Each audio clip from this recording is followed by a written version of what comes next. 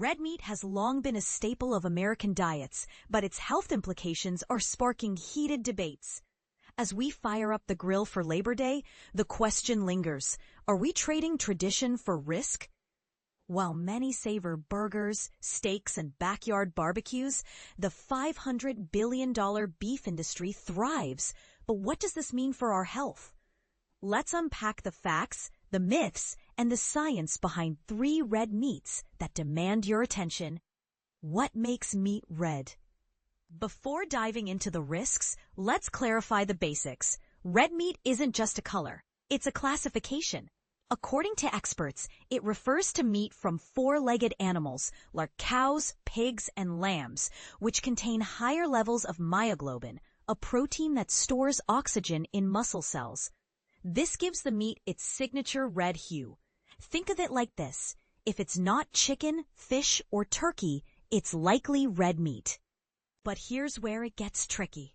This definition matters because the same protein that gives meat its color also influences its nutritional profile and potential health effects. Nutrients versus risks. What's in red meat? Red meat isn't without its perks. It's a powerhouse of iron, zinc, and B vitamins, especially B12, which is crucial for nerve function and blood health. Registered dietitian Kirsten Petruzzi explains that it's also rich in selenium and niacin, both linked to energy metabolism. Plus, as naturopathic Dr. Josh Red points out, red meat delivers high-quality protein, easier for the body to absorb than plant-based sources. But here's the catch. A 6-ounce steak packs 42 grams of protein, nearly hitting the CDC's daily recommendation. And this is the part most people miss. While protein is vital, overconsumption can strain kidneys and disrupt metabolic balance. The dark side of the plate. Why some cuts are riskier than others. Not all red meats are created equal. Lean cuts like sirloin or round roasts can fit into a balanced diet, but processed options like bacon, salami, and ham tell a different story. Studies link excessive consumption of these meats to type 2 diabetes, heart disease, and even colorectal cancer. The World Health Organization classifies processed red meats as Group 2A carcinogens, meaning they're probably carcinogenic to humans. And it's not just the meat itself. The saturated fats in red meat can boost LDL cholesterol, the bad kind that clogs arteries.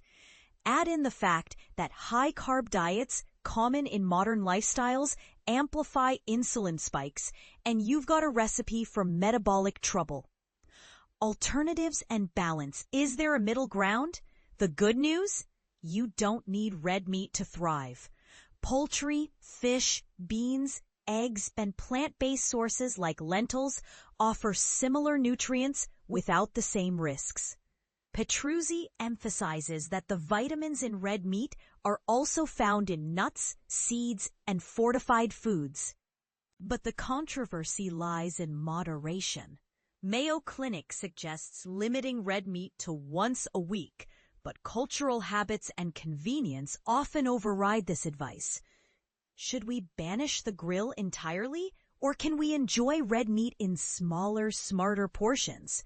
The answer might depend on your health goals and how you prepare it, grilling versus boiling, for instance. The bigger picture. What's your take? Red meat is a paradox.